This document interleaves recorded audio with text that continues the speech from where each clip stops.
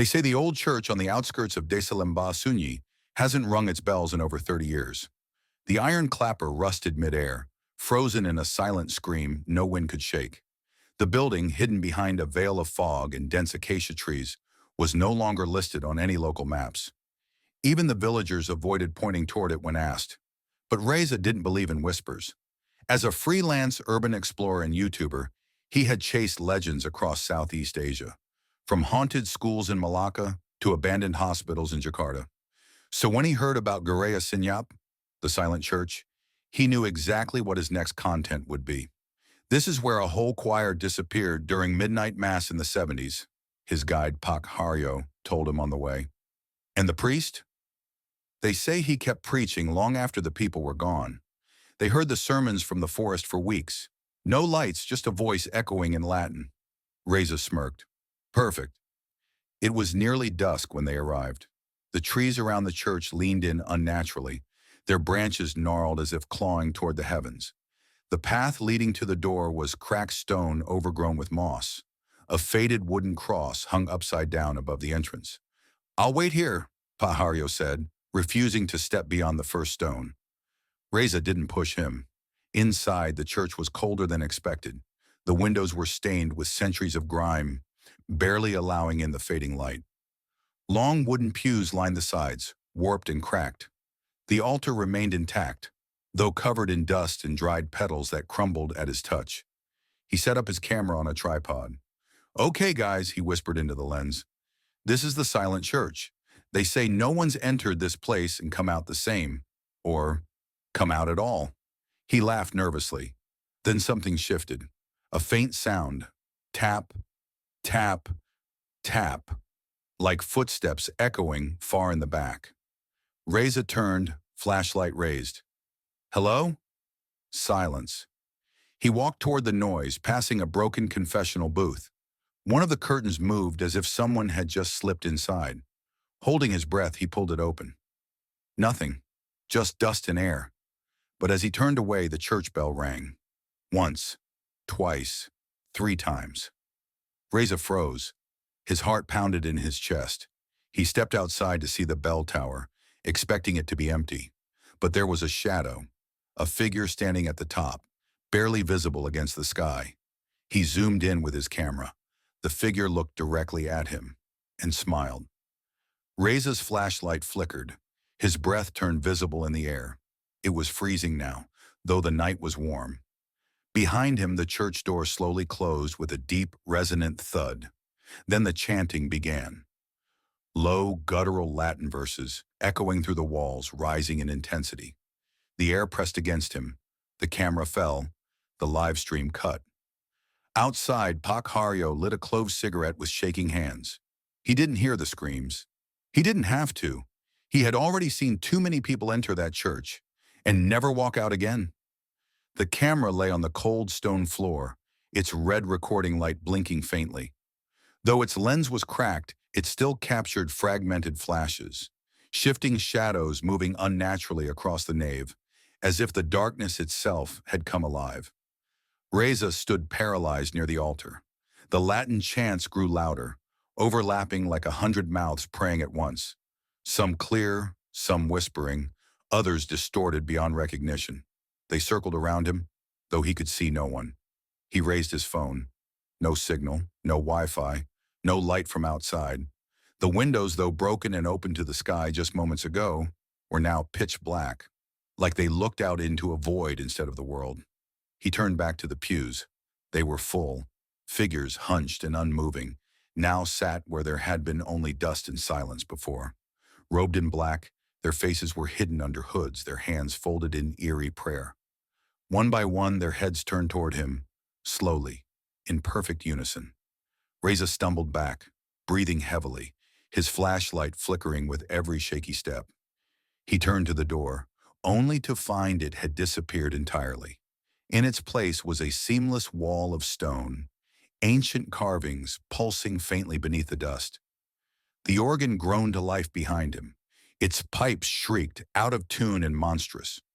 Notes twisted into howls. He turned and saw a figure sitting before it, a priest in tattered robes, hands rotting and skeletal, pressing keys with bloodied fingers. His face was stretched unnaturally long, as if carved in mockery of a man's features. He grinned. "Confess," the priest rasped without turning. Reza backed away, his breath shallow. "No, no, this isn't real. This is a prank. It's—" "Confess!" the voice boomed. The pews creaked violently as the hooded figures stood. Their mouths opened wide beneath the robes, impossibly wide, and they began to wail. Not words, not chants, screams. Reza ran. He darted toward the side door near the choir loft, pushing through, tumbling into a spiral staircase that wound up into the bell tower. Behind him, dozens of footsteps pounded the stone. He climbed, slipped, climbed again, until he burst into the tower. Empty. Except for one thing. A mirror. Ancient, cracked, and framed in black and gold. It shouldn't have been there. There was no place for it. But there it stood, and in its reflection, Reza saw himself. But the version in the glass was smiling, calm, eyes completely black. It raised a hand and beckoned him closer. He stepped forward, unable to resist. Behind him, the door to the staircase slammed shut. The bells rang once more. Outside in the fading night, Pakharyo checked his watch. Midnight. He looked toward the treetops, toward the tower. No light, no sound. Just the quiet breath of the jungle and the weight of yet another soul lost to the silent church. Reza's hand trembled as he reached for the mirror. His breath fogged the cracked surface, though the air around him was stifling and dry. The reflection no longer matched his movements. It tilted its head while he stood frozen, raised a finger while his arms hung limp. Then the mirror began to bleed. Thick black liquid oozed from the cracks like veins, trickling down the frame and pooling at Reza's feet. The smell was suffocating iron, decay, and something older. Something wrong. A whisper came from within the mirror, delicate but sharp. "You were invited. You walked willingly. Now you belong." The reflection moved closer, placing a hand against the glass. Reza, helplessly drawn forward, did the same. The moment their palms met, the mirror screamed. 1,000 voices, men, women, children, all crying out in overlapping agony. The mirror shattered inward, sucking in the scream, the air, and Reza himself. He was pulled into a vortex of swirling darkness, his body spiraling through something that felt like space and memory at once. Then, silence. When he opened his eyes, Reza stood in the church again, but different. Dust was gone. The pews were polished, lit candles lined the aisle, and stained glass windows glowed with the soft gold of morning. A choir sang in harmony. The air smelled of incense. A mass was in session. He turned, heart pounding, to see the congregation. Men and women with hollow faces, some weeping, others smiling blankly.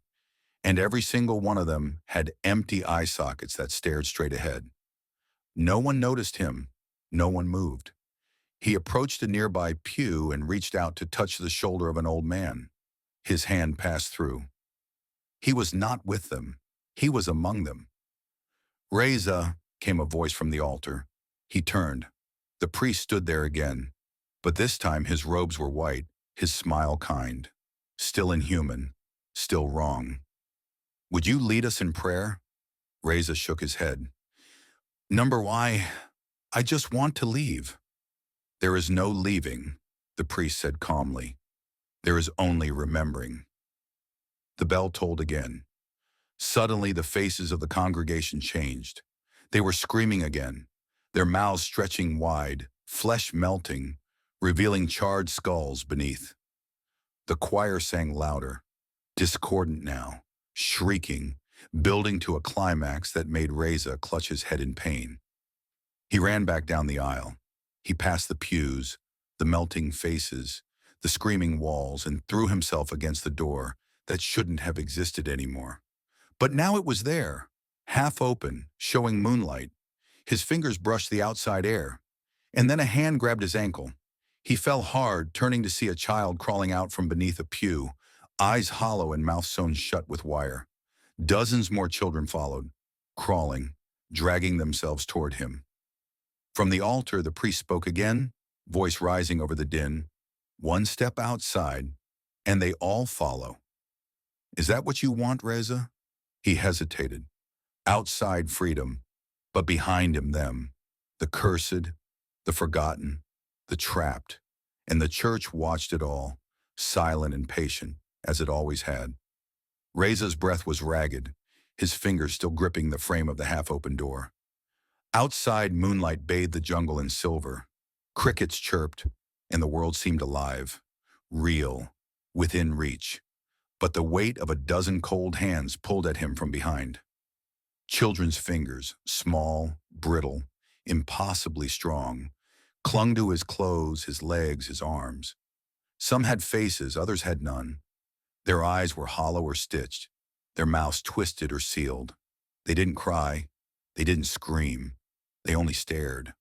Behind them, the congregation stood motionless, watching. Reza screamed, not for help. He knew no one could hear him, but as a last defense against the rising tide of terror flooding every corner of his mind. He kicked free, crawling toward the open door.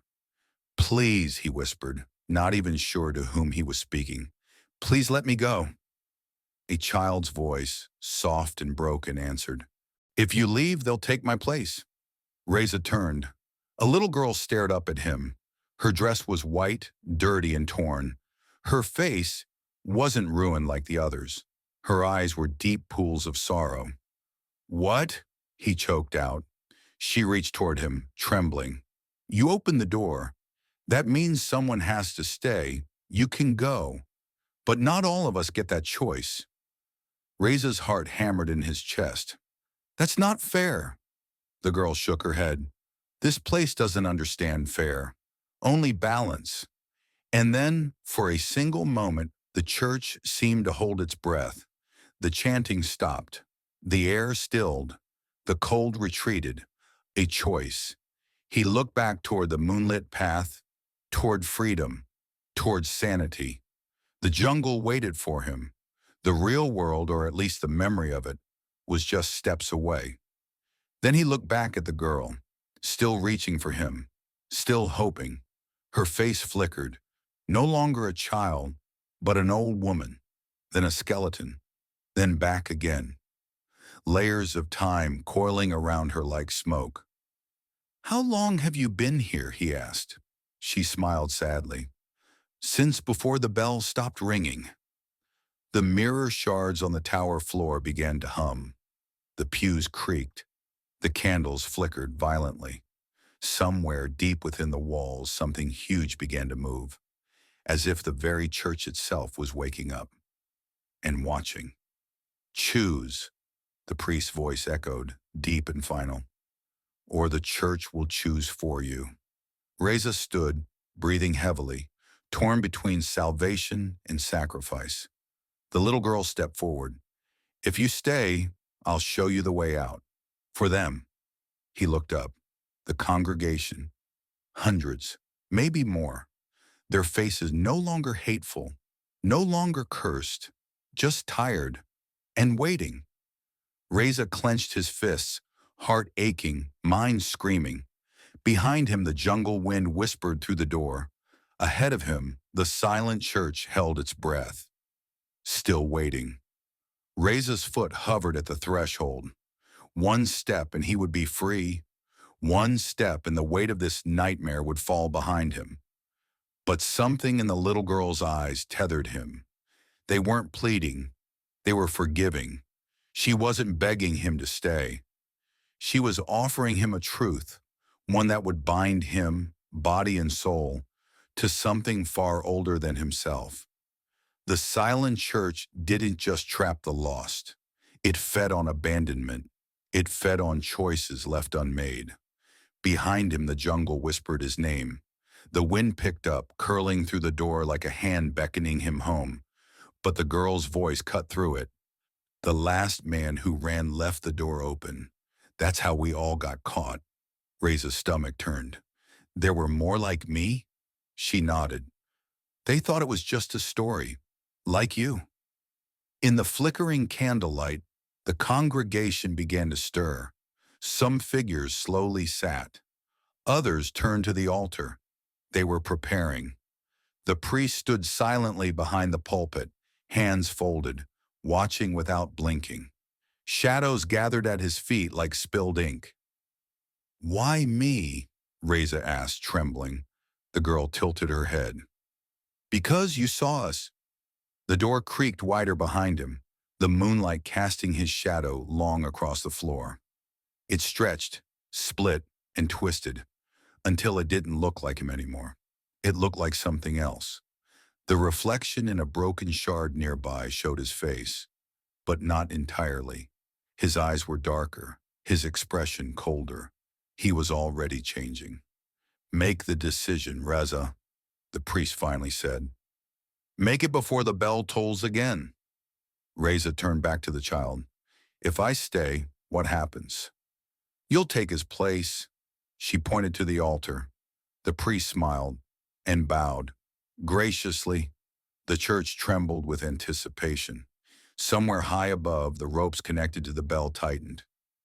The air grew dense. Time slowed. Reza swallowed hard. "And if I go," the girl looked away, "someone else becomes the key." "The key to what?" "To keeping the door shut." Outside, Pajario stood far at the edge of the trees, eyes locked on the tower. He felt something change, like the forest had inhaled, holding its breath. And he knew the bell would ring again, and someone's fate would be sealed. Inside, Reza felt the pull of every spirit watching him, every soul that never made it home.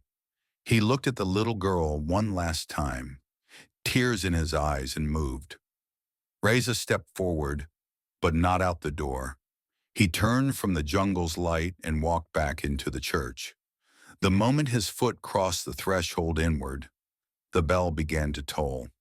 Once, the candles extinguished in unison. Darkness swallowed the church whole. Twice, the pews cracked, splinters groaning like bones breaking.